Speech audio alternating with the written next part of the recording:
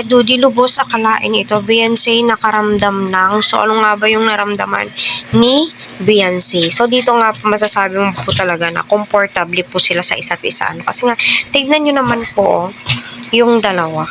No? Lalong-lalo na po si Eds, napaka hands-on po niya kay Beyonce. Andyan siya, nakaalalay kay Beyonce, although di po niya pinapabayaan.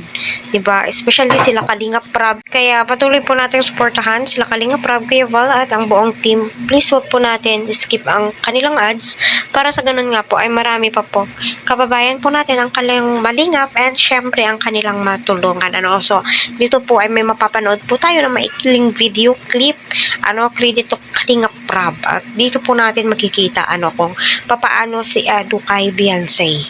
Diba? Masasabi mo na malapit po talaga yung loob nila sa isa't isa. No? Kasi makikita mo kung papaano alagaan ni Edu itong si Beyonce. Diba? So, panoorin muna natin.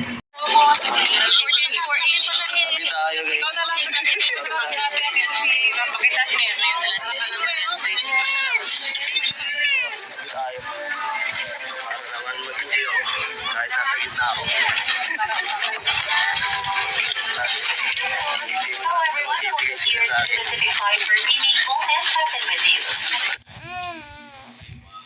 After Hong Kong, it only gets